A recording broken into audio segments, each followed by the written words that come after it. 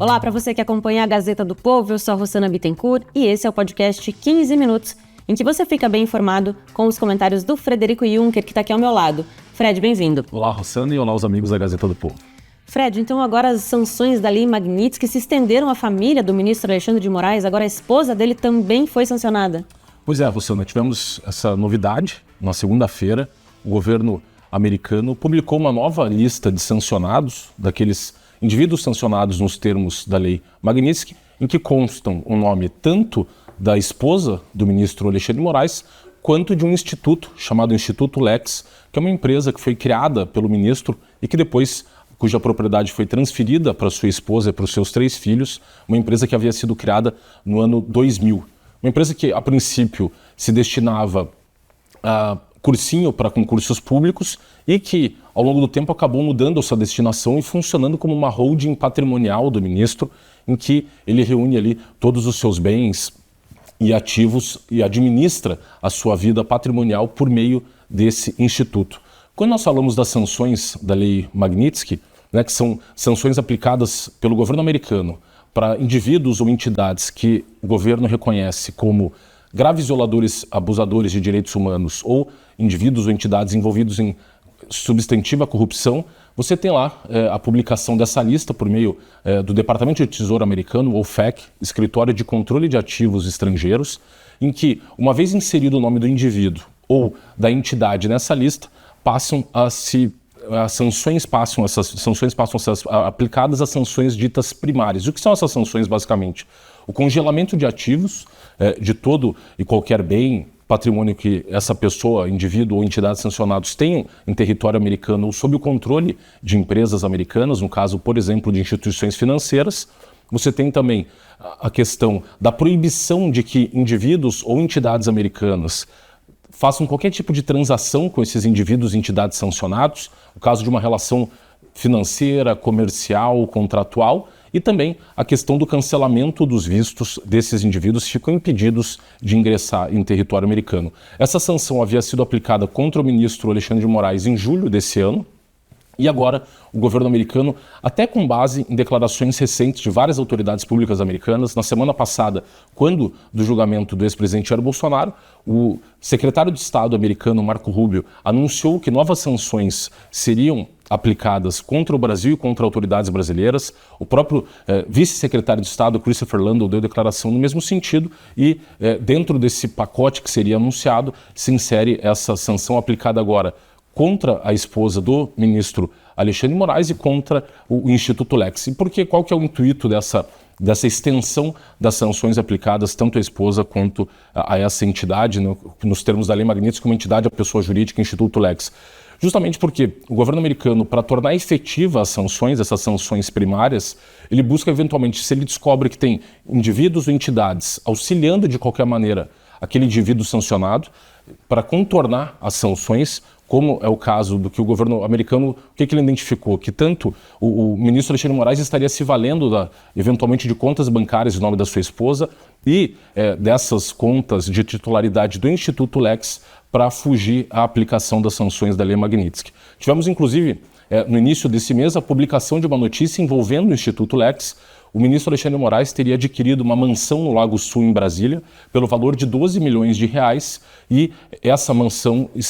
foi registrada no nome do Instituto Lex. Assim como os demais bens e imóveis que pertencem ao ministro estariam em nome do Instituto Lex. Daí que o governo americano, identificando que o ministro se valia de terceiros, no caso sua esposa, e do Instituto, para fugir à aplicação das sanções, decidiu, nessa segunda-feira, pela extensão das sanções, com exceção dos nomes, tanto da Viviane Barsi de Moraes, esposa do ministro, quanto do Instituto Lex, na lista do que eles chamam de Specially Designated Nationals, que é justamente a publicização dos nomes dos indivíduos sancionados para que, a partir desse momento, essas sanções também se apliquem a essas pessoas. Mas não só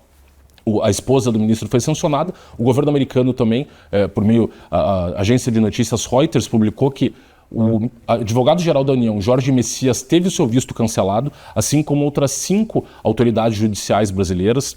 também foram sancionadas justamente também dentro desse pacote de sanções anunciada pelo governo americano na semana passada e uma expectativa com o julgamento do ex-presidente Jair Bolsonaro. Então você vê aí uma escalada dessa tensão entre o governo brasileiro e o governo americano, ainda mais considerando que nessa semana o presidente Lula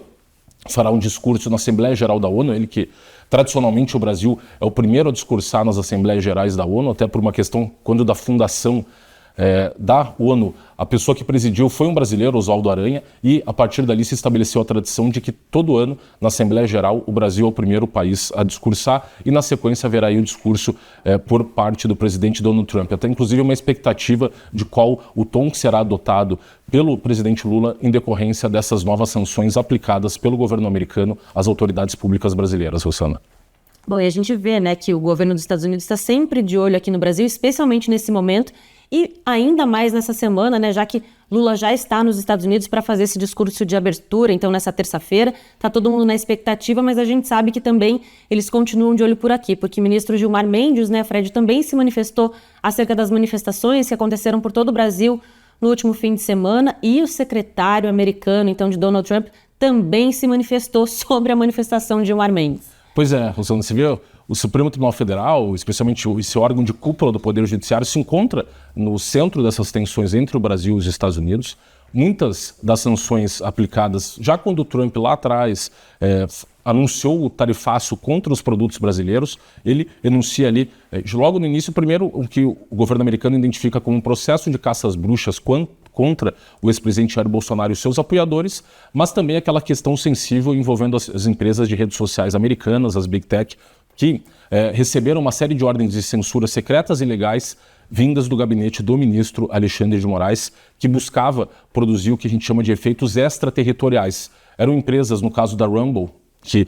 não tinha operação no Brasil e recebeu uma notificação de uma decisão judicial vinda do gabinete do ministro Alexandre de Moraes via e-mail, desrespeitando o tratado celebrado entre os dois países. Então, você vê que há, por parte do governo americano, uma observação, né,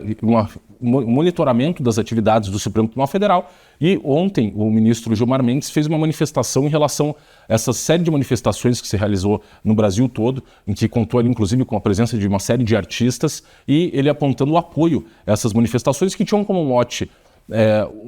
contra a PEC da blindagem e contra o PL da anistia, ou agora o PL da dosimetria. E a manifestação do ministro Gilmar Mendes, acho que até cabe aqui compartilhar com os nossos espectadores, ele falou basicamente o seguinte: as manifestações de hoje contra a anistia dos atos golpistas são a prova viva da força do povo brasileiro na defesa da democracia. Em diferentes momentos, registraram-se demonstrações de apoio ao Supremo Tribunal Federal, que esteve mais uma vez à altura da sua história, cumprindo com coragem e firmeza a missão de proteger as instituições e responsabilizar exemplarmente os que atentaram contra o Estado Democrático de Direito. Graças à atuação vigilante do STF e à mobilização da sociedade, o Brasil reafirma que não há espaço para rupturas ou retrocessos. Não por acaso, a bandeira que se estendeu nas ruas foi a do Brasil, símbolo maior da nossa soberania e da unidade nacional. A mensagem é clara: é hora de olhar adiante. Precisamos transformar essa energia democrática em um grande pacto nacional entre executivo, legislativo e judiciário, comprometido com uma agenda de reconstrução e de futuro. O país clama por estabilidade e por avanços concretos em áreas como economia, segurança pública, meio ambiente e justiça social. Somente com unidade e visão de longo prazo construiremos um Brasil mais forte e verdadeiramente democrático para as próximas gerações. E nisso, conforme você comentou, Rossana, o ministro Gilmar Mendes foi respondido pelo advogado do Trump, advogado também da Trump Media e da Rumble, justamente a empresa Rumble que move um processo junto com a Trump Media contra o ministro Alexandre de Moraes no estado da Flórida, em que basicamente, a empresa alega perante o Poder Judiciário Federal americano que o ministro violou o tratado existente entre o Brasil e os Estados Unidos, em que ali regulamentada a questão envolvendo a aplicação e a produção de efeitos de decisões judiciais do Brasil nos Estados Unidos e dos Estados Unidos no Brasil, e a Rumble busca então uma indenização pelos danos causados à reputação da empresa, mas também pela violação do que eles identificam como violação da primeira emenda americana, que protege a liberdade de expressão de cidadãos americanos, estrangeiros residentes nos Estados Unidos e empresas americanas de mídia social. E ele deu uma resposta dura ao ministro Gilmar Mendes, o Martin De Luca, dizendo basicamente o seguinte: ministro, com respeito, sua mensagem revela exatamente por que a confiança no STF está em queda. Um juiz deve encarnar a imparcialidade. No entanto, o senhor celebra abertamente atos orquestrados pelo partido no poder, atos nos quais o próprio STF é exaltado como ator político. Isso não é independência judicial, é ativismo político. E essas manifestações não são, abre aspas, a prova viva da força do povo brasileiro, fecha aspas, o que o senhor afirma. São espetáculos encenados. Em apenas 2 anos, Lula autorizou 34 bilhões de reais em projetos via Lei Rouanet, mais do que o dobro do total dos 4 anos de Bolsonaro, 16 bilhões. Estatais como Banco do Brasil, Caixa, Petrobras e BNDES aumentaram seus orçamentos de patrocínio cultural em mais de 250% em 2024, injetando quase 1 bilhão de reais em shows e festivais. Os mesmos artistas cujas carreiras dependem desse fluxo de recursos aparecem de repente como atrações principais em atos ditos populares. E aqui, Rossana, a gente vê uma das questões mais sensíveis em relação aos questionamentos que o governo americano tem feito em relação ao poder judiciário brasileiro, que é a questão da imparcialidade dos juízes do STF. Quando um juiz num tribunal constitucional, como o ministro Gilmar Mendes, vai a uma rede social para declarar apoio a um ato que, de fato, hoje divide a sociedade brasileira, a questão, a Genial Quest, o Instituto de Pesquisa, lançou uma pesquisa na semana passada, publicando os resultados dessa pesquisa de opinião, dizendo basicamente, olha, 46% dos brasileiros hoje apoiam a anistia e 41% são contrários, e 13% não souberam responder ou não quiseram responder. Então, você vê que é uma questão divisiva da sociedade brasileira e o Poder Judiciário deve funcionar como árbitro imparcial dessas questões que dividem a sociedade. Quando o ministro vai a público, por meio de uma publicação no X, e declara apoio a um desses lados da sociedade, num dos grupos da sociedade, obviamente que a imparcialidade do Poder Judiciário acaba sendo colocada em xeque, e é isso o que o advogado do Trump acaba questionando em relação a essa postura do ministro Alexandre de Moraes. Até porque é interessante dizer que há uma resolução do CNJ que disciplina e regulamenta a utilização de redes sociais por juízes, em que ela inclusive evoca o que chamam de os princípios Bangalore, que basicamente são princípios criados pela ONU, que buscam resguardar a independência, imparcialidade e integridade do Poder Judiciário. É um conjunto de regras éticas que os juízes ao redor do mundo devem prezar e o Judiciário brasileiro adota também esses princípios de Bangalore. E uma das questões que fica muito clara ali nesse princípio de Bangalore é o seguinte, olha, é um documento produzido no âmbito das Nações Unidas quanto aos padrões de comportamento necessários para a garantia de tribunais imparciais e independentes. E a confiança do público no sistema judicial, na autoridade moral e na integridade do judiciário é de suma importância em uma sociedade democrática moderna. A autoridade da corte, possuída nem pela bolsa nem pela espada, ultimamente resta sustentada na confiança do público na sua sanção moral. Esse sentimento deve ser nutrido pelo total desprendimento dos juízes da corte, de fato e na aparência, de embaraços políticos e pela abstenção de se envolverem em conflitos de forças políticas dentro de estabelecimentos políticos. Um juiz deve se assegurar de que sua conduta, tanto na corte quanto fora dela, mantenha e intensifica a confiança do público, dos profissionais e dos litigantes na imparcialidade do judiciário. Fora da corte também, um juiz deve evitar deliberado uso de palavras ou condutas que poderiam razoavelmente dar margem a uma percepção de falta de imparcialidade. Atividade político-partidária ou declarações feitas fora do tribunal pelo juiz a respeito de questões controversas de cunho político-partidário pode enfraquecer a imparcialidade. Elas podem conduzir a uma confusão pública sobre a natureza da relação entre o judiciário de um lado e o executivo e o legislativo de outro. Atividades partidárias e declarações, por definição, envolvem o juiz na escolha pública entre um lado ou outro do debate. A percepção de parcialidade será reforçada se, quase inevitavelmente, a atividade do juiz atrai crítica e ou réplica. Em resumo, um juiz que usa a privilegiada plataforma do ofício para adentrar na arena político-partidária põe em risco a confiança do público na imparcialidade do judiciário. Então, fica muito claro, e considerando hoje o protagonismo que assumiu o STF na vida política do Brasil, que seria de bom tom que os ministros não dessem declarações públicas, ainda mais em questões controversas como essa da questão da anistia. Como eu disse, é uma questão hoje que divide a sociedade brasileira e o Supremo deveria atuar justamente como árbitro imparcial dessas questões e resguardar a sua conduta, a conduta dos ministros, para que a sociedade venha a ser pacificada. Justamente ela se pacifica quando ela identifica nos juízes árbitros imparciais das questões e aí passam a respeitar eventual resultado dos julgamentos, o que acaba não acontecendo, como é o caso do ministro Gilmar Mendes hoje, dando uma declaração, se colocando, obviamente, de um dos lados aí de uma questão altamente controversa na sociedade brasileira. Tá aí, então, análises completas assim você acompanha só aqui na Gazeta do Povo. O episódio de hoje fica por aqui, a gente espera vocês na próxima edição. Tchau!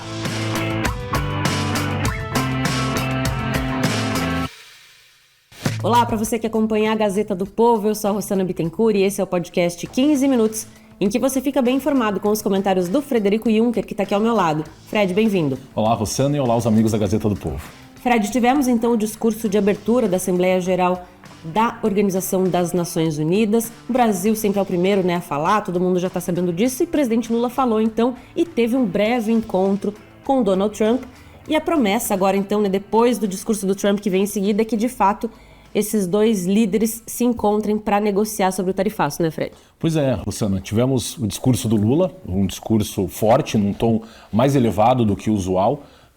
nesse primeiro discurso, nesse primeiro encontro dele com o presidente Donald Trump. Inclusive, o próprio presidente Lula, na semana passada, havia dado uma entrevista para a BBC em que, perguntado 6 vezes se ele havia feito ou não uma tentativa de contato com o presidente americano Donald Trump, ele respondeu que não e ficou de maneira furtiva, acabou revelando que não fez esse movimento de estabelecer um canal diplomático com o presidente americano. No entanto, tivemos ali o próprio Trump, durante o seu discurso, na sequência do discurso do Lula, dizendo que no intervalo ali entre um discurso e outro, porque o presidente Trump entrou na Assembleia Geral da ONU na sequência do presidente Lula, eles se encontraram nos bastidores e teriam acertado, nas palavras do presidente Trump, a realização de uma reunião na próxima semana em que se encontrarão para tratar da questão do tarifaço e das outras questões hoje que são um ponto de conflito, de tensão entre o Brasil e os Estados Unidos. O presidente americano fez uma breve menção ao Brasil no seu discurso, que passou ali por vários temas, de questões mundiais, mas chamou a atenção que quando ele tratou do Brasil, ele falou expressamente do ataque à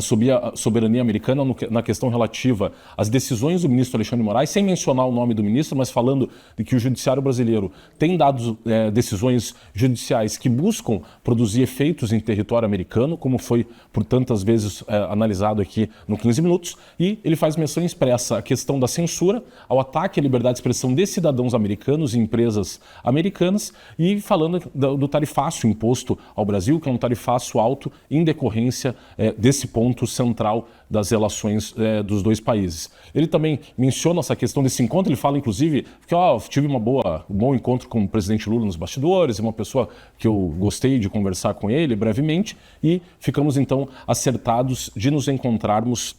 na semana que vem. Então vai ser pela primeira vez a se concretizar essa reunião em que o presidente Lula e o presidente Trump estarão frente a frente nesse segundo mandato do presidente americano, o terceiro mandato do presidente Lula, e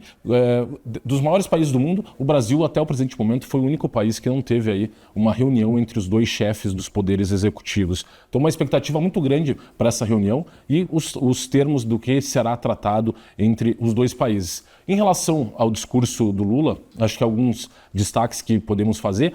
Primeiro, que a presença da primeira-dama Janja, e ela usando um casaco fazendo menção à Palestina, que pode ser até aí interpretado como um ato de provocação, que ontem tivemos inclusive uma reunião realizada na ONU para tratar da eventual criação do Estado palestino. O presidente Lula fez também um discurso forte tratando dessa questão, e um dos pontos do discurso do Lula foi justamente a questão de acusar o Estado de Israel de estar praticando um genocídio na faixa de Gaza, o que é uma questão muito sensível hoje no debate público internacional. Mas, para além disso, uma menção importante também que o próprio secretário de Estado, Marco Rubio, estava presente na Assembleia Geral da ONU, ali como representante do Ministério das Relações Exteriores, Departamento de Estado americano, e ao final do discurso do Lula, ele não fez nenhuma menção de aplaudir o discurso, apenas ficou observando a reação da plateia. Mas o que chamou a atenção no discurso do Lula é, de fato, o enfrentamento às posições hoje atuais dos Estados Unidos no plano internacional. Ponto a ponto, o que parece que a estratégia traçada no discurso por parte do nosso Ministério das Relações Exteriores, do Itamaraty, foi confrontar a política externa americana em praticamente todos os pontos sensíveis da política americana. O Lula ele começa falando da questão das tarifas e das sanções aplicadas às autoridades judiciais brasileiras. Ontem mesmo mencionamos que outras autoridades tiveram aí, que foram sancionadas com cancelamento dos vistos. A própria esposa do ministro Alexandre de Moraes foi inserida também na lista dos sancionados pela Lei Magnitsky, e o Lula mencionou essas medidas como medidas unilaterais e arbitrárias, que não teriam fundamento e que seriam uma tentativa de interferência dos Estados Unidos na soberania brasileira. Para além disso, ele tratou de uma questão muito sensível hoje dos países da América Latina, dessa iniciativa do governo americano de tratar as organizações criminosas dedicadas ao tráfico de drogas como organizações terroristas. O Lula falou que é preocupante essa questão de equiparação entre criminalidade e terrorismo, e para ele, Lula, a forma mais eficaz de combater o tráfico é por meio do combate à lavagem de dinheiro e do comércio de armas. A gente sabe que hoje esse é um ponto muito sensível para o governo americano. Uma das primeiras medidas tomadas pelo governo Trump foi classificar as organizações de tráfico de drogas como organizações terroristas, e o ápice dessa política foi recentemente, quando ele inclusive classifica o Cartel de Los Soles, que é a principal hoje organização de tráfico de drogas em operação na Venezuela, como organização terrorista, identificando como líder dessa organização o ditador venezuelano Nicolás Maduro. E o Lula deixando muito claro que é contra essa política americana hoje na América Latina. Para além disso,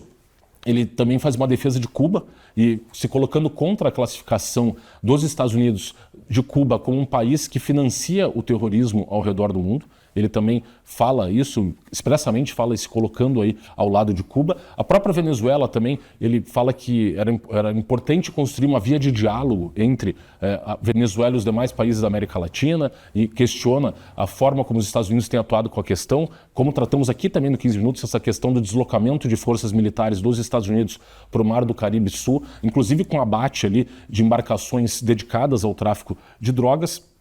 Essa questão, como eu disse, de Gaza, também é uma questão que ele tratou, o presidente Lula, acusando o Estado de Israel de praticar genocídio e lamentando, inclusive, que também tratamos aqui no 15 Minutos na semana passada sobre a questão da concessão de vistos e a diplomacia dos vistos americanos no sentido de dificultar ou cancelar vistos de pessoas tidas, de alguma maneira, com uma postura hostil aos Estados Unidos. Ele criticou e lamentou que o chefe da autoridade palestina, Mahmoud Abbas, tenha sido impedido de participar da Assembleia Geral da ONU. Da mesma maneira, ele falou da questão climática, ressaltando a importância,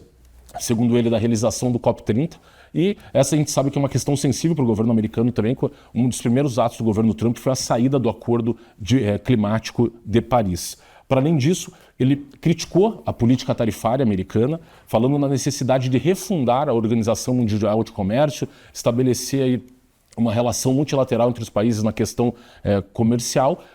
dando maior protagonismo para a OMC ao tratar dessas questões tarifárias, também indo na contramão hoje da política do governo americano, que é justamente estabelecer relações comerciais diretamente com os países, sem passar pela OMC. E o Trump, inclusive, no seu discurso, fez menção à série de acordos recentes que o governo americano estabeleceu com os países do mundo, dentre os quais Japão, Filipinas, Indonésia, Vietnã, a própria União Europeia, as negociações que estão sendo travadas nesse momento com a China. E o Lula fez questão de formular uma crítica a essa política de comércio exterior do governo do Trump. Para além disso, ele chegou a mencionar, inclusive, a importância do acordo a ser eventualmente celebrado entre Rússia e Ucrânia, falando da importância do encontro que o Trump teve com o Putin, no entanto, sem formular nenhuma crítica à postura bélica da Rússia que invadiu a Ucrânia. A gente sabe a justificativa do Putin de que a Ucrânia fez um ato de provocação ao sinalizar sua eventual entrada na OTAN, e antecipando-se esse movimento, o governo Putin acabou por invadir a Ucrânia, e o Lula simplesmente falou no acordo de paz sem condenar a atitude do governo russo de invasão da Ucrânia. Esses foram os principais pontos chaves do governo do Lula, e a conclusão, que eu acho que me parece que hoje é o ponto de maior tensão entre o governo brasileiro e o governo americano, a questão das Big Tech, das empresas de redes sociais americanas.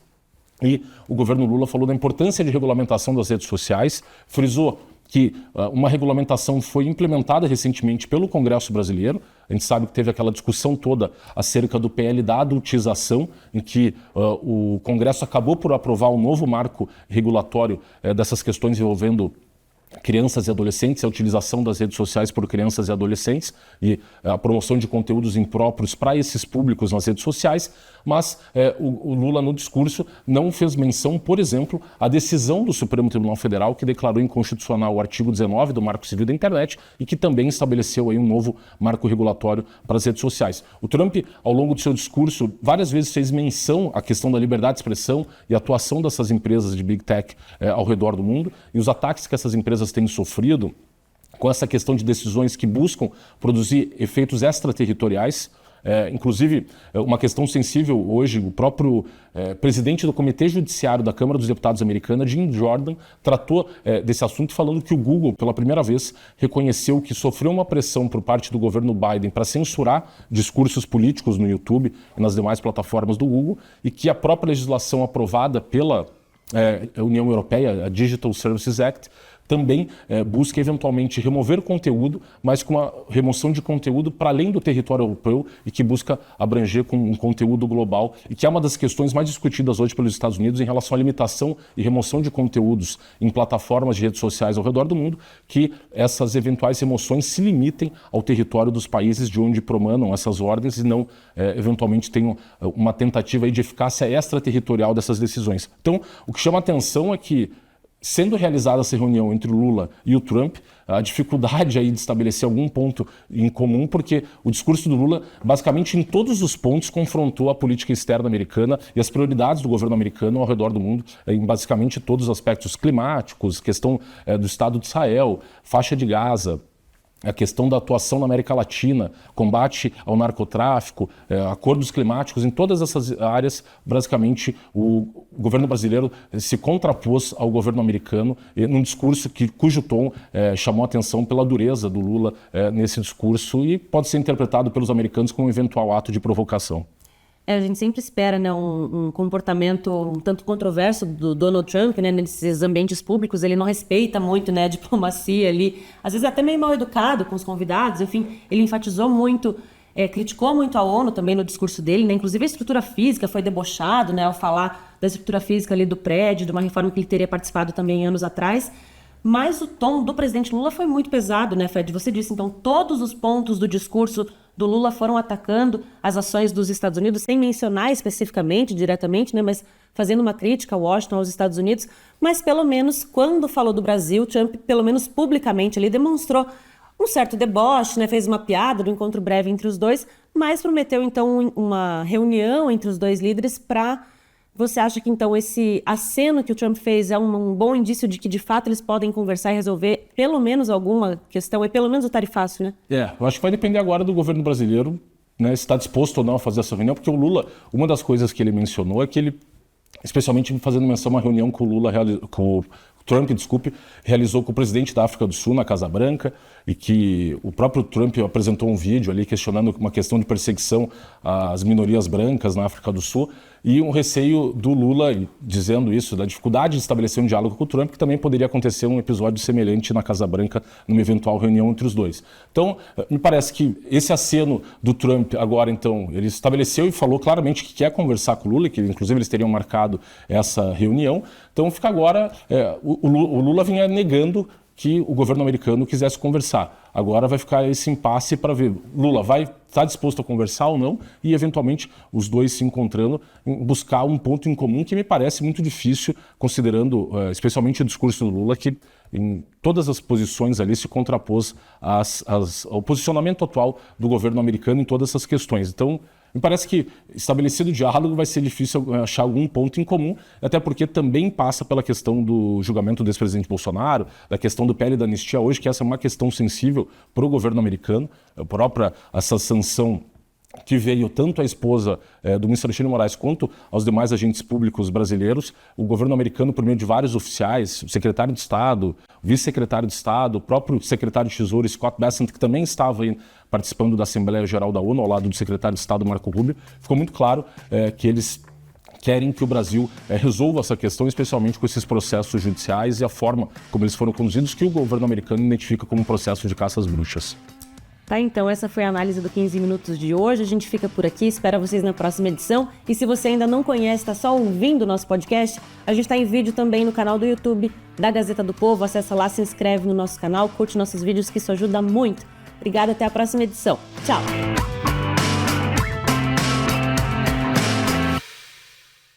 Olá para você que acompanha a Gazeta do Povo, eu sou a Rosana Bittencourt e esse é o podcast 15 Minutos, em que você fica bem informado com os comentários do Frederico Juncker, que está aqui ao meu lado. Fred, bem-vindo. Olá, Rosana, e olá aos amigos da Gazeta do Povo. Fred, vamos começar falando hoje sobre o PL da anistia, né? Porque Paulinho da Força promete encontrar um meio termo aí. Pois é, Rosana, tivemos Paulinho, que foi designado relator na semana passada pelo presidente da Câmara dos Deputados, Hugo Motta, fez uma primeira reunião com o deputado Aécio Neves, com o ex-presidente Michel Temer, reunião esta que contou com a participação de 2 ministros do Supremo Tribunal Federal, ministro Gilmar Mendes e ministro Alexandre de Moraes, e ele, nessa semana, começou a reunião com as várias bancadas partidárias para chegar aí num texto em comum, de comum acordo com os maiores partidos na Câmara dos Deputados. Ontem ele realizou uma reunião com o PL, que tem a maior bancada hoje na Câmara dos Deputados, justamente para tratar do teor, do conteúdo desse substitutivo que ele apresentará para ser votado pelo plenário da Casa. Houve ali por parte dos deputados do PL manifestações no sentido de que são contrários ao teor do projeto, se for de fato pela opção, pela dosimetria da pena, pela revisão das penas dos crimes imputados aos réus do 8 de janeiro, especialmente a 2 crimes que é a intenção do deputado Paulinho da Força, rever as penas máximas desses crimes para que isso acabe redundando numa diminuição das penas a que foram condenados os réus do 8 de janeiro. Eles falaram que são favoráveis a uma anistia ampla, geral e restrita, e qualquer iniciativa do relator com texto contrário a essa tese, eles acabarão votando pela rejeição dos textos a ser apresentado. Chegaram a um acordo, inclusive, com o relator de que ele vai visitar algumas das famílias dos réus do 8 de janeiro para conhecer melhor a situação dos vários presos e das pessoas que foram condenadas nesses processos. Ele se comprometeu a visitar algumas dessas famílias e, na sequência, ele realizou reuniões com a bancada do Republicanos que se manifestou por meio do seu líder como favorável à revisão das penas, então, de acordo aí com o PL da dosimetria, e também realizou uma reunião com a bancada do MDB, que também teria se manifestado favorável a uma eventual revisão das penas e contrário à anistia ampla, geral e restrita. Hoje ainda, o relator, o deputado Paulinho, se reunirá ainda com outras 4 bancadas, o PT, que já se manifestou contrário a qualquer tese que venha ou seja pela anistia ou pela revisão dessas penas. O partido se manifestou nesse sentido e também realizará reuniões hoje com 2 partidos que integram uma federação partidária, União Brasil e o Progressistas, que, a princípio, apoiam também uma anistia ampla, geral e restrita, mas há uma dúvida ainda qual o posicionamento que eles terão depois dessa reunião com o relator, e também o PSDB. Então, a partir dessa construção e desse diálogo com as várias bancadas partidárias, o deputado vai então redigir o texto do substitutivo que ele apresentará para ser votado pelo plenário da Casa. Ainda hoje não há um texto que ele tenha apresentado. Ele falou que, de fato, ele está recolhendo aí as várias sugestões das diversas bancadas para chegar a essa redação final do texto, mas tivemos fatos nesta semana que também, de alguma maneira, azedaram as relações aí entre os 3 poderes no sentido da construção desse texto final, porque na última segunda-feira tivemos novas sanções aplicadas pelo governo americano à esposa agora do ministro Alexandre de Moraes, nos termos da Lei Magnitsky, o que foi estendido também para uma empresa que eles possuem, o Instituto Lex, mas também, no caso da esposa do ministro Alexandre de Moraes, o próprio escritório de advocacia dela foi atingido por essas sanções, porque essas sanções, no caso em que o indivíduo sancionado ele detenha mais de 50% das ações de uma empresa, essa empresa também acaba sendo inserida no rol de entidades sancionadas. Então, isso, de alguma maneira, essas novas sanções aplicadas pelo governo americano teriam, de alguma maneira, colocado aí os ministros do Supremo contra o PL da dosimetria. Apesar de o ministro Luiz Roberto Barroso, em entrevista ao programa Roda Viva da TV Cultura, ele, numa entrevista nessa semana, ele declarou que, de fato, ele considerou as penas que foram aplicadas aos réus do 8 de janeiro penas desproporcionais, penas exageradas. Ele que havia, quando do julgamento desses réus, adotado a tese de que deveria haver absorção dos 2 crimes ali de tentativa de golpe de Estado e tentativa de abolição violenta do Estado Democrático de Direito. Então, o próprio Barroso se manifestou no sentido que ele acataria eventual revisão das penas, tal qual proposto pelo relator deputado Paulinho da Força. Então, há esse novo cenário também com essa questão da aplicação das sanções e uma discussão de qual vai ser, ao fim, o texto adotado pelo relator Paulinho da Força, considerando que a escolha dele decorreu justamente do trânsito que ele tem com ministros do Supremo Tribunal Federal, que, como falamos também na semana passada, nesse movimento de escolha do Paulinho como relator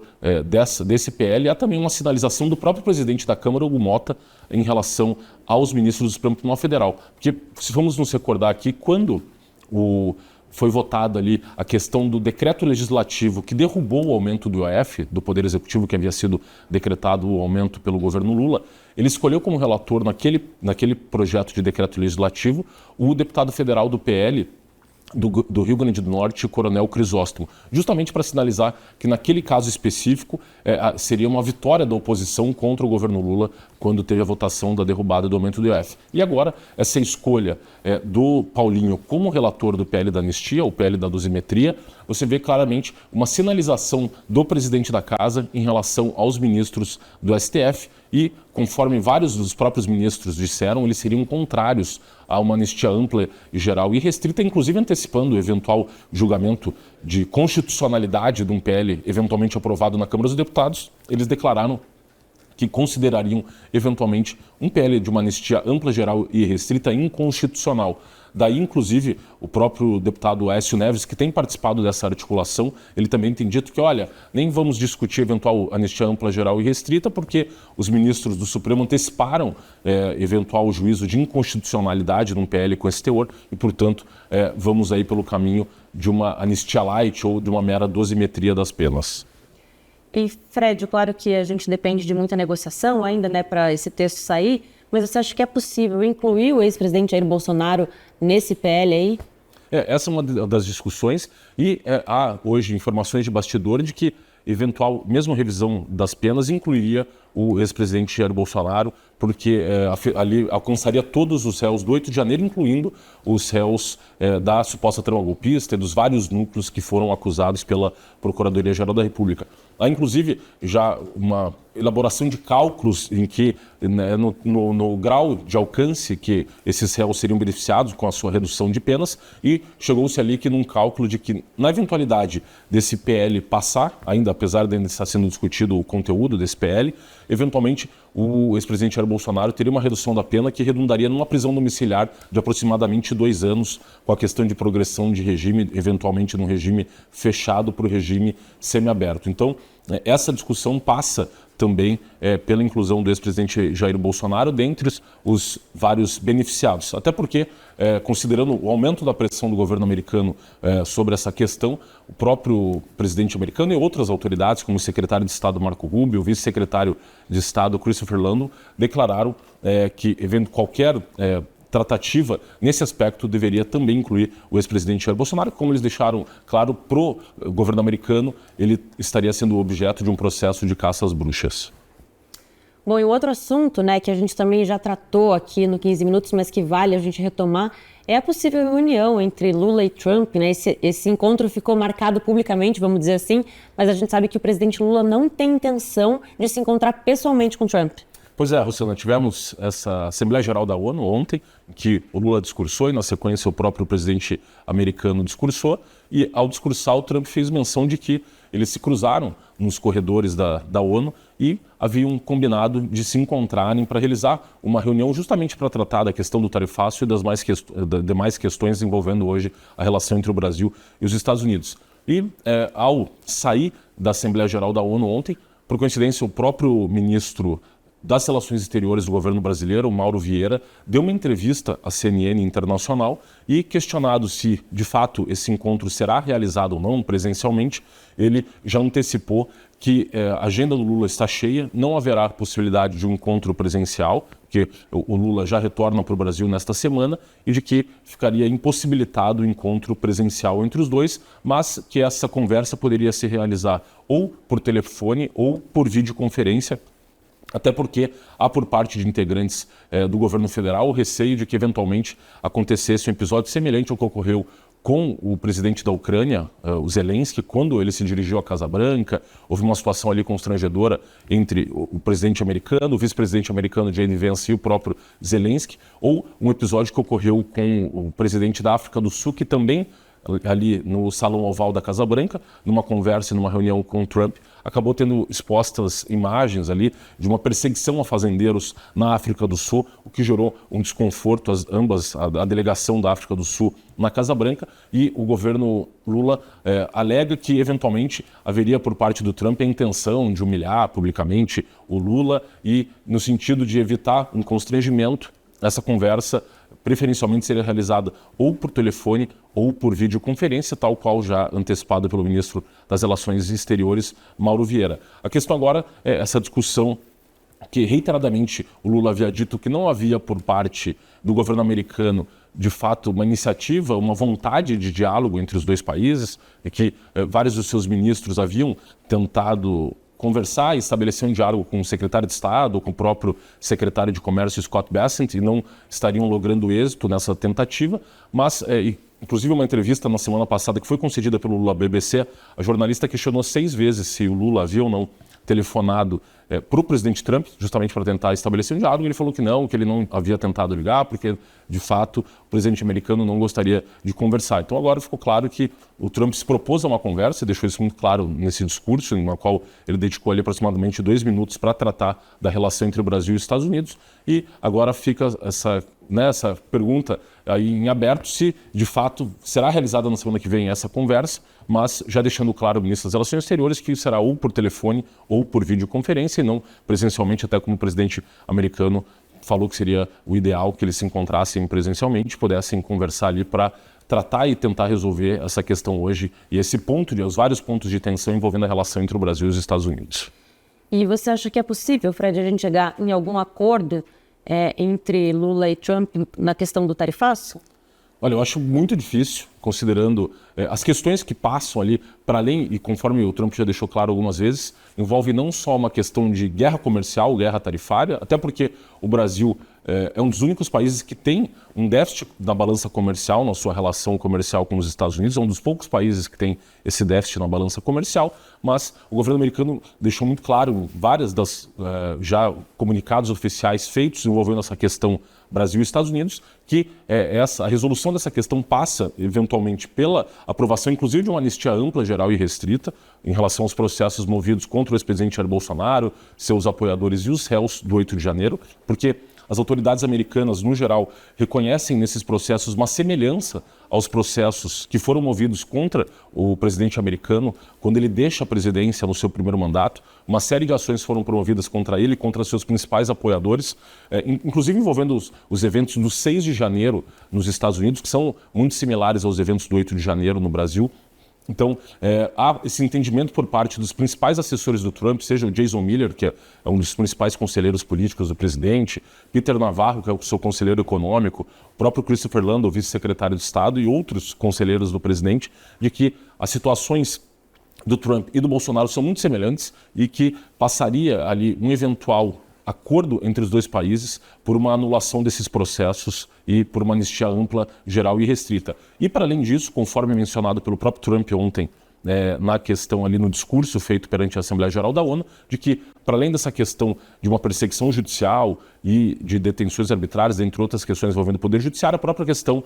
envolvendo as redes sociais, a regulamentação das redes sociais. O próprio Lula ontem fez menção ao projeto de lei que foi aprovado pelo Legislativo brasileiro, regulamentando as redes sociais na questão da utilização por crianças e adolescentes, mas há uma questão que envolve a decisão judicial do Supremo Tribunal Federal, que declarou a inconstitucionalidade do artigo 19 do Marco Civil da Internet, e que o Supremo, nessa decisão, também estabeleceu um novo marco regulatório das redes sociais. Então, vai ser um encontro difícil, justamente porque são questões que passam para além de uma mera atuação do Poder Executivo, mas também envolvem o próprio Supremo Tribunal Federal, e aí um eventual entendimento que passa pelo Lula, mas também passa pelos ministros do Supremo Tribunal Federal, e a dificuldade de se chegar ao entendimento, inclusive levando em consideração as sanções que foram aplicadas nessa semana à esposa do ministro Alexandre de Moraes e às empresas das quais ela é sócia. Tá, então, análise assim você acompanha só aqui na Gazeta do Povo. A edição de hoje do podcast 15 Minutos fica por aqui, mas a gente espera vocês na próxima semana. Tchau! Olá para você que acompanha a Gazeta do Povo, eu sou a Rossana Bittencourt e esse é o podcast 15 Minutos, em que você fica bem informado com os comentários do Frederico Juncker, que está aqui ao meu lado. Fred, bem-vindo. Olá, Rossana, e olá os amigos da Gazeta do Povo. Fred, a gente já tem, então, o ministro Alexandre de Moraes e a esposa, os familiares, as empresas, enfim, sancionados pela Lei Magnitsky, e há um burburinho de que vai vir mais sanção por aí, para mais gente. Pois é, Rossana, há uma expectativa grande de que as sanções da Lei Magnitsky sejam aplicadas contra outros ministros do Supremo Tribunal Federal e, eventualmente, que essas sanções também acabem por atingir a esposa desses ministros. No caso da esposa do ministro Alexandre de Moraes, ela foi incluída na lista de sancionados pela Lei Magnitsky em função do auxílio material, tecnológico ou financeiro que o governo americano considerou que ela dá ao ministro Alexandre de Moraes, considerando as atividades do Instituto Lex, que é a holding patrimonial da família, que somente neste ano adquiriu aproximadamente 16 milhões de reais em imóveis, um imóvel, uma mansão no Lago Sul, em Brasília, e um apartamento em Campos do Jordão, no caso da mansão no valor de 2 milhões de reais e o apartamento em Campos do Jordão no valor de 4 milhões de reais. E justamente como um dos propósitos da Lei Magnitsky, das sanções aplicadas a esses indivíduos ou entidades sancionados, é sufocar financeiramente esses indivíduos e entidades para que eles cessem as suas atividades e seus graves abusos a direitos humanos, a ideia da lei é que, por meio dessa sanção financeira, eventualmente, se o indivíduo sancionado tenta contornar essas sanções se utilizando de empresas ou de terceiros, essas sanções são estendidas a essas pessoas para que, de fato, as sanções acabem por produzir os efeitos pretendidos. No caso do ministro Alexandre de Moraes, ele acabou sendo sancionado inicialmente no final de julho deste ano e, nessa semana, o governo americano optou e decidiu por expandir essas sanções à esposa do ministro, ao Instituto Lex e também ao escritório de advocacia da esposa do ministro Alexandre de Moraes, porque ao ser sancionado, qualquer empresa que tenha, em que o indivíduo sancionado detenha mais de 50% das ações dessa empresa, essa empresa também passa a estar automaticamente sancionada. E a partir dessa extensão dessa medida a um familiar de ministro, o ministro Gilmar Mendes foi o primeiro, dentre os integrantes do Supremo Tribunal Federal, a soltar uma nota em solidariedade ao ministro Alexandre de Moraes. Ele disse basicamente o seguinte: manifesto minha irrestrita solidariedade ao ministro Alexandre de Moraes e à sua família diante da injusta sanção aplicada por governo estrangeiro. Trata-se de medida arbitrária que afronta a independência do Poder Judiciário e viola a soberania do Brasil. É preciso recordar, nosso país esteve à beira de um golpe de Estado com invasão e depredação de prédios públicos, acampamentos pedindo intervenção militar e até planos de assassinato contra autoridades da República. Coube ao ministro Alexandre, com coragem e firmeza, enfrentar essa ameaça e assegurar que a democracia prevalecesse. Punir um magistrado e seus familiares por cumprir seu dever constitucional é um ataque direto às instituições republicanas. Reitero meu total apoio ao colega e ministro, convicto de que o STF seguirá forte e fiel ao seu compromisso com a Constituição. E, para além dessa solidariedade ao ministro Alexandre de Moraes, há agora uma questão de que o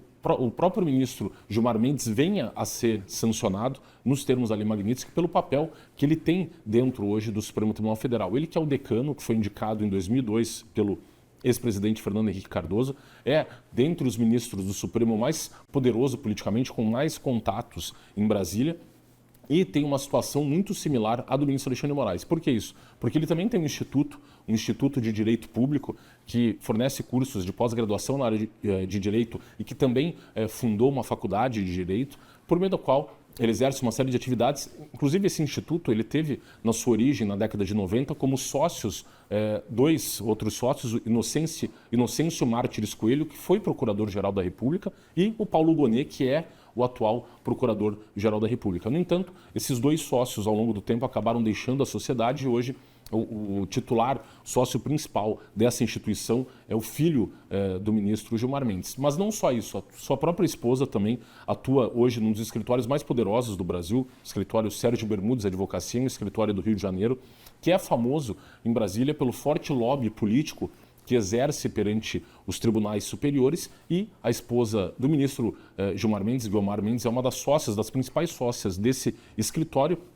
E há hoje, inclusive, uma grande discussão, na verdade, quanto à atuação de escritórios de advocacia que têm como sócio parentes de ministros de tribunais superiores. E essa discussão, inclusive o contexto interessante, ela foi travada a discussão sobre a constitucionalidade de uma proibição que havia sido criada no Código de Processo Civil, no inciso 8º do artigo 144, que proibia que juízes atuassem em casos que tivessem escritórios com sócios que fossem parentes dos juízes. O Supremo Tribunal Federal foi provocado a se manifestar sobre a constitucionalidade desse dispositivo do Código de Processo Civil, sobre essa causa de impedimento de atuação dos juízes nesses casos, e em 2023, ao julgar esse caso, o Supremo Tribunal Federal considerou esse dispositivo inconstitucional e num voto divergente justamente do ministro Gilmar Mendes. O relator do caso, a princípio, era o ministro Luiz Edson Fachin, que acabou considerando esse dispositivo que proibia essa atuação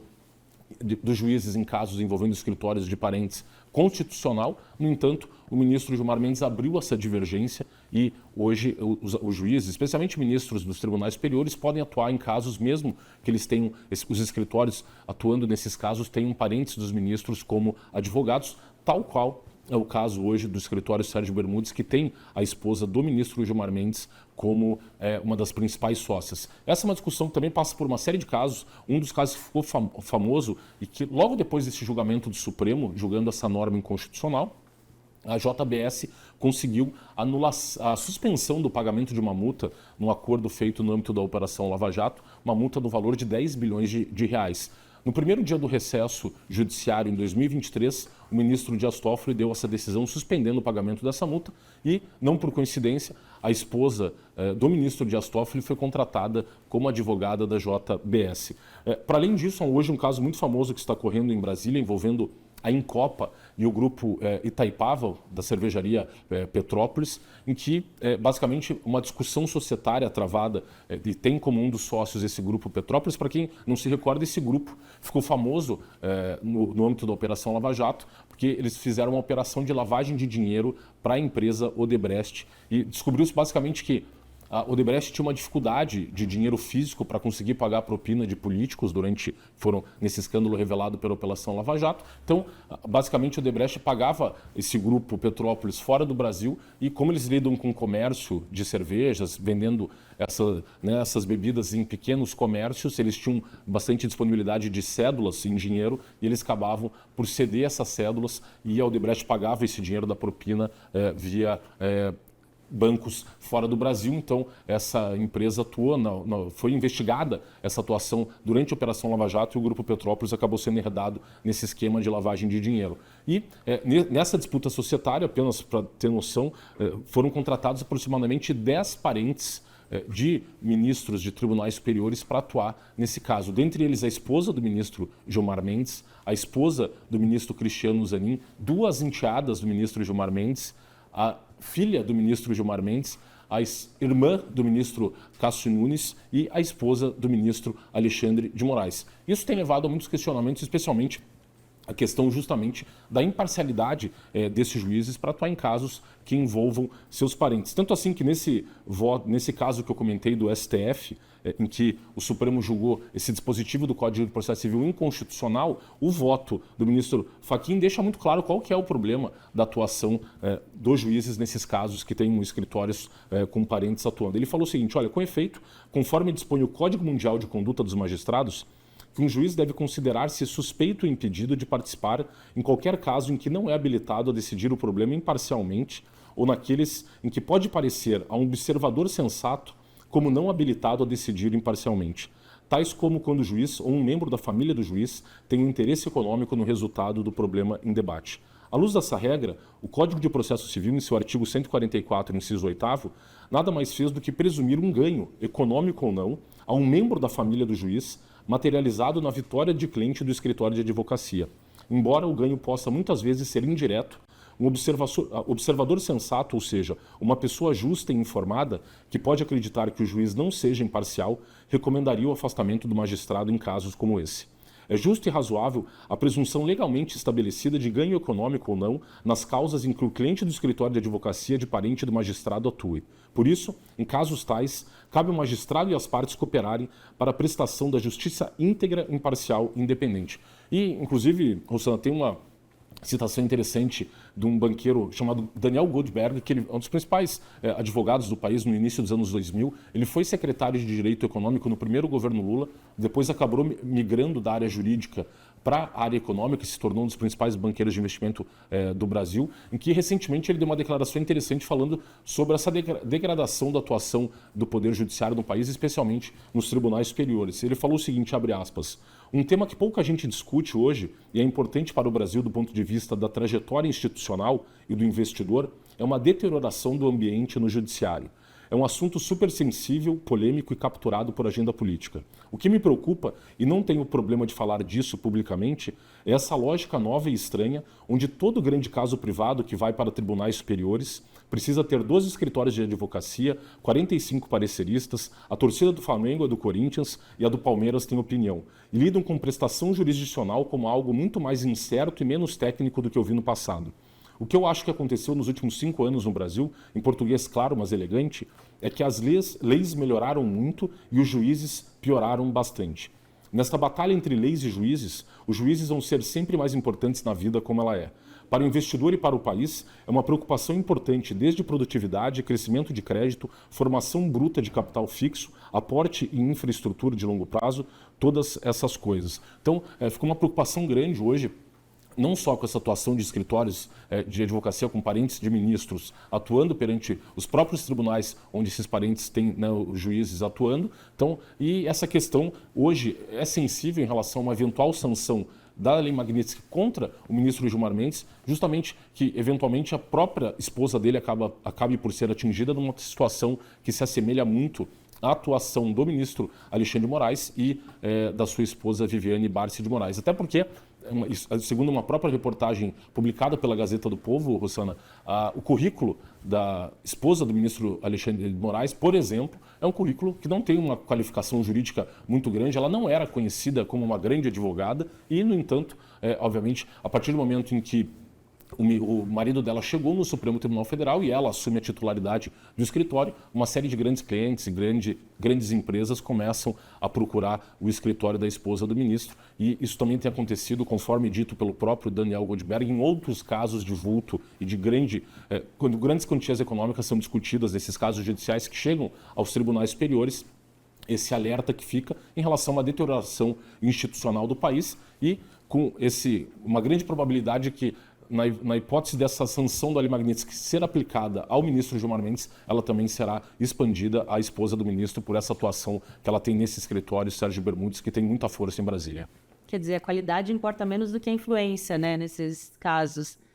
Resta ter bala na agulha para contratar, né, um escritório como esse. Pois é, essa é a questão. Quanto é a contratação desses escritórios? E, Fred, isso então justifica, né, os comportamentos mais recentes aí do ministro Gilmar Mendes, que é um dos mais polêmicos, né, do tribunal. Claro que a gente tem falado sempre do ministro Alexandre de Moraes recentemente, mas vamos dizer que o mais polêmico talvez seja o Gilmar Mendes. Não, com certeza. Até porque ele é hoje o ministro mais longevo no tribunal. Ele foi indicado em 2002, já está há 23 anos exercendo o cargo de ministro do Supremo e justamente ele tem a quantidade de contatos, especialmente no meio político, tanto assim que essa designação do Paulinho e do próprio Aécio Neves como articuladores do PL da anistia vem muito, em larga medida, dessa relação que esses parlamentares também têm com o ministro Gilmar Mendes, especialmente o próprio Aécio Neves, que teve, inclusive, no âmbito da Operação Lava Jato, divulgado diálogos entre ele e o ministro Gilmar, mostrando o grau de relação e de proximidade entre os dois. Então, fica hoje esse entendimento por parte, inclusive, das autoridades do governo americano, de que o ministro Gilmar Mendes é uma das peças centrais hoje nesse esquema que o governo americano denuncia como um esquema de perseguição a oponentes políticos, dissidentes políticos, prática de censura, e o ministro Gilmar Mendes, para além da sua atuação no Supremo, também seria um dos sustentáculos políticos desse esquema vigente no Brasil hoje. É isso, então, o episódio 15 Minutos de hoje fica por aqui. A gente espera vocês na próxima edição. Tchau!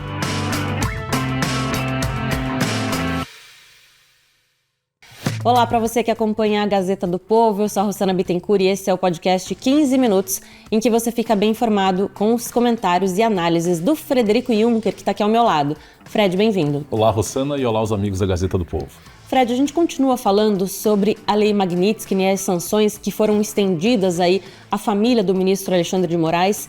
E há também mais um burburinho de que mais autoridades podem ser sancionadas. Pois é, Rossana. Tivemos esse anúncio, né, do governo americano e a inserção do nome da esposa do ministro Alexandre de Moraes, Viviane Barsi de Moraes, dentre a lista dos sancionados, assim como o Instituto Lex, que é a holding patrimonial da família Moraes, que adquiriu só nesse ano 2 imóveis no valor de 16 milhões de reais, e também o escritório de advocacia da esposa do ministro. Escritório que era do ministro e quando ele ingressa no Supremo Tribunal Federal, é transferida a cota, a titularidade do escritório para sua esposa. Interessante dizer, inclusive, Rossana, que a Lei Magnitsky já produziu efeitos em relação ao escritório de advocacia do ministro, da esposa do ministro Alexandre de Moraes, que teve o seu site na internet tirado do ar pela empresa Hostinger, que é uma empresa de hospedagem de sites que tem presença em vários países do mundo, e essa empresa foi comunicada de que o escritório Barsi de Moraes estava sancionado nos termos da Lei Magnitsky. Imediatamente, ao tomar conhecimento dessa sanção, essa empresa acabou por retirar o site do escritório da esposa do ministro do ar. Mas também uma discussão entre outras autoridades que eventualmente vão também sofrer as sanções da Lei Magnitsky. Nessa semana, o governo americano anunciou que 7 autoridades judiciais brasileiras tiveram os seus vistos cancelados. E geralmente esse é o primeiro passo na escalada de sanções que o governo americano aplica. Quais foram essas 7 autoridades e por que elas foram sancionadas com cancelamento dos seus vistos? Basicamente, essas autoridades foram sancionadas em função das denúncias trazidas a público pelo ex-assessor do ministro Alexandre de Moraes, o assessor Eduardo Talhaferro, que esteve à frente da assessoria especial de enfrentamento à desinformação no TSE entre o período de agosto de 2022 e maio de 2023, justamente o período ali que compreendeu as eleições de 2022, especialmente a presidência da República. Então, com uma série de denúncias feitas pelo Eduardo Talhaferro, que expôs os métodos desse gabinete paralelo que o ministro Alexandre de Moraes mantinha num conluio entre assessores do TSE e assessores do STF, que acabaram aí por operacionalizar esse grande esquema de censura que o ministro empreendeu contra uma série de adversários e políticos que concorreram nas eleições de 2022. E as 7 autoridades que foram sancionadas pelo governo americano com base nesses documentos trazidos a público pelo Eduardo Talhaferro são o desembargador Ayrton Vieira, que é desembargador do Tribunal de Justiça de São Paulo e atuou como juiz auxiliar do ministro Alexandre de Moraes no STF. Ele que ficou famoso quando, na primeira divulgação da Vaza Toga, em agosto do ano passado, numa reportagem da Folha de São Paulo, da autoria dos jornalistas Glenn Greenwald e Fábio Serapião, ele, ali, conversas travadas entre o Ayrton Vieira e o Eduardo Talhaferro, Ayrton Vieira dizia que solicitou que o Eduardo Talhaferro encontrasse notícias que comprometessem de alguma maneira a revista Oeste para que a revista fosse censurada. E, ao dizer o Talhaferro que não encontrou nenhum elemento que pudesse levar a uma remoção de conteúdo, o Ayrton Vieira respondeu como: use a sua criatividade, ache alguma coisa mesmo que não exista para que nós cumpramos a ordem de censura do ministro Alexandre de Moraes. Ele foi sancionado pelo governo americano com cancelamento do seu visto. Além dele, o ministro do STJ, Benedito Gonçalves, que foi corregedor eleitoral do TSE em 2022, que esteve à frente na relatoria das ações que levaram à inelegibilidade do ex-presidente Jair Bolsonaro. Ele que ficou famoso quando, no dia da posse da diplomação do presidente Lula no TSE, que formaliza o resultado eleitoral de 2022, ele, num cochicho ao ministro Alexandre de Moraes, respondeu que missão dada é missão cumprida. Inclusive, foi cumprimentado pelo presidente Lula com um tapinha no rosto, bem à moda mafiosa. Além dele, ele ficou famoso também, é importante dizer, o ministro Benedito Gonçalves, quando seu filho, viajando pela Europa, foi indagado ali por um influencer famoso na Europa, que quando pessoas vestem roupas ali da alta costura, de grandes marcas, e ele ficou surpreendido com as roupas que o filho do Benedito Gonçalves estava usando, inclusive relógio, roupas ali que chegavam a mais de R$1 milhão somadas, todas as roupas que ele, a sua esposa e o neto do ministro estavam utilizando, e depois eles acabaram por censurar esse vídeo que havia sido publicado por esse influenciador europeu e também por outros jornalistas aqui no Brasil. Ele também foi sancionado, o ministro Benedito Gonçalves, por estar por trás desse esquema de censura empreendido contra uma série de políticos, inclusive o próprio documentário da Brasil Paralelo, que tinha ali como título Quem Mandou Matar Jair Bolsonaro, documentário esse que havia sido censurado no segundo turno das eleições. Para além do Benedito Gonçalves, Martim Antônio Vargas também foi sancionado pelo governo americano com cancelamento do seu visto. Ele era juiz auxiliar do ministro Alexandre de Moraes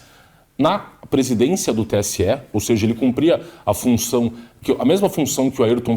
Vieira no Supremo Tribunal Federal e o Marco Antônio Vargas no TSE, e também participou ativamente desse esquema de censura. Para além deles, também a Cristina Yucuco, que é chefe de gabinete do ministro Alexandre de Moraes no Supremo Tribunal Federal, ela também foi sancionada com cancelamento do seu visto e ela teve uma participação ativa em todo esse gabinete paralelo de inteligência montado pelo ministro Alexandre de Moraes e com a revelação de conversas, por exemplo, em que ela solicitou que Eduardo Talhaferro fizesse o monitoramento das redes sociais dos réus do 8 de janeiro e a manutenção da prisão desses réus era decidida com base nessa certidão de antecedentes ideológicos, com base nessas publicações ao longo do tempo dos réus do 8 de janeiro. Para além da Cristina Yucuco, também foi sancionado o secretário-geral do Tribunal Superior Eleitoral, à época das eleições de 2022, José Levi Melo do Amaral Júnior, ele que havia sido advogado-geral da União e hoje é conselheiro do Conselho Administrativo de Defesa da Concorrência, o CAD. Ele também foi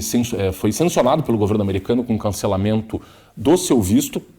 justamente por estar à frente ali junto, era o braço direito do ministro Alexandre de Moraes, quando da gestão na presidência do Tribunal Superior Eleitoral. E aqui um ponto interessante que, participando nesta semana da subcomissão de combate à censura da Câmara dos Deputados, uma subcomissão que está vinculada à Comissão de Comunicação da Câmara dos Deputados, o Eduardo Talhaferro revelou que havia ali um complexo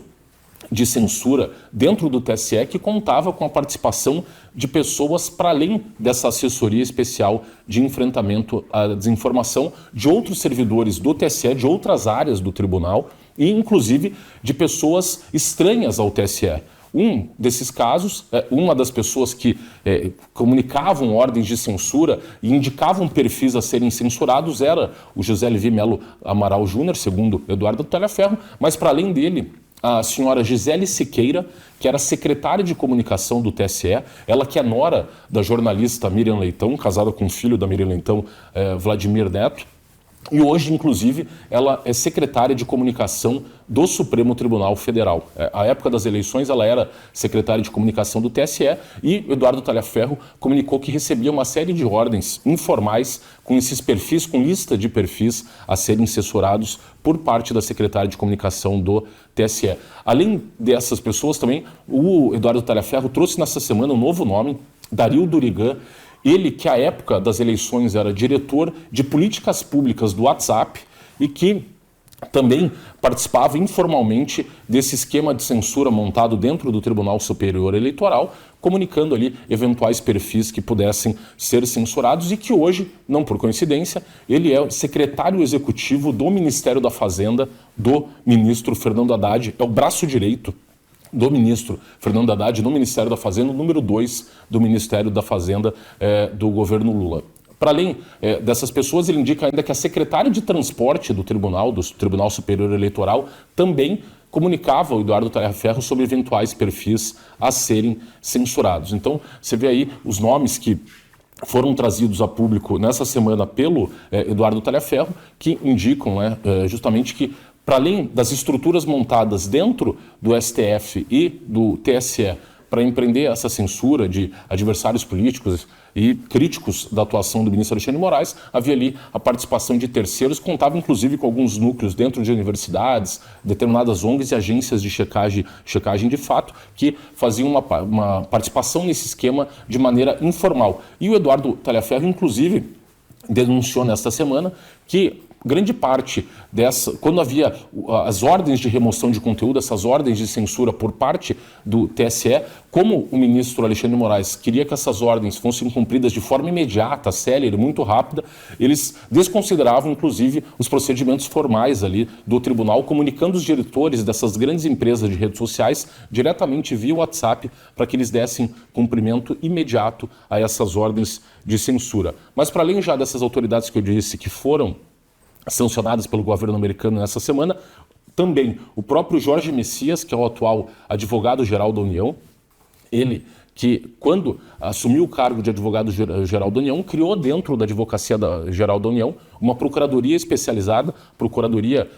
de Defesa da Democracia, esse foi o nome dado ao órgão dentro da AGU, que basicamente começou a se dedicar também a uma atividade de remoção de conteúdo e de censura, a criação de um braço executivo da censura dentro do Poder Executivo Federal.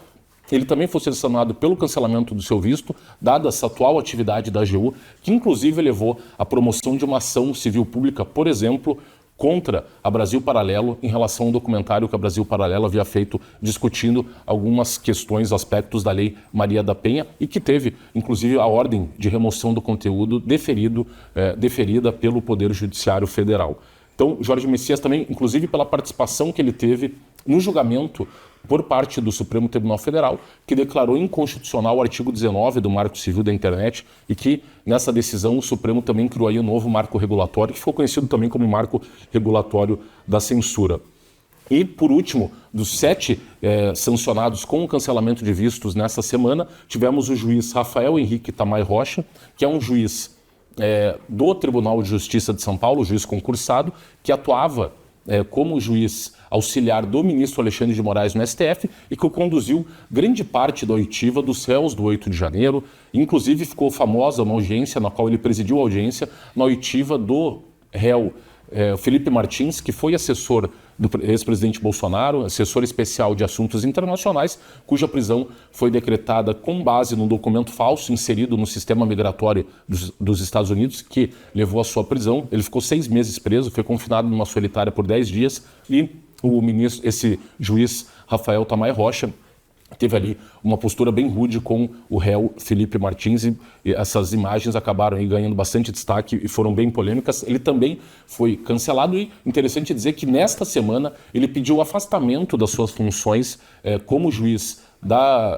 do gabinete do ministro Alexandre de Moraes no STF e muito se especula que já em função dessas sanções que foram aplicadas a ele, do cancelamento de vistos, assim como já havia ocorrido com Ayrton Vieira, que na primeira especulação e quando foi aventada lá atrás a eventual aplicação de sanções aos servidores do gabinete do ministro Alexandre de Moraes, o Ayrton Vieira pediu o desligamento também do gabinete e nesta semana esse juiz Rafael Tamay Rocha também pediu afastamento já como mais um dos efeitos da aplicação da sanção, primeiro do cancelamento de visto, que pode eventualmente ser agravada no segundo momento com a inserção desses nomes também na lista da Lei Magnitsky. Fred, você acha que essa pressão então vinda do governo dos Estados Unidos pode provocar alguma mudança de comportamento num futuro breve? Parece que sim, até porque um dos motivos para a aplicação dessas sanções, e o secretário de Tesouro americano deixou bem claro, Scott Bessent, que era, de alguma maneira, gerar uma mudança de comportamento desses agentes estatais. E você vê que essa, inclusive, saída de uma série de servidores do gabinete do ministro Alexandre de Moraes já é feito desse custo pessoal para essas pessoas de terem, eventualmente, seus vistos cancelados e toda aquela repercussão negativa sobre a imagem e reputação dessas pessoas. Então, você vê que já há menos pessoas dispostas a participar desse esquema hoje conduzido e capitaneado pelo ministro Alexandre de Moraes.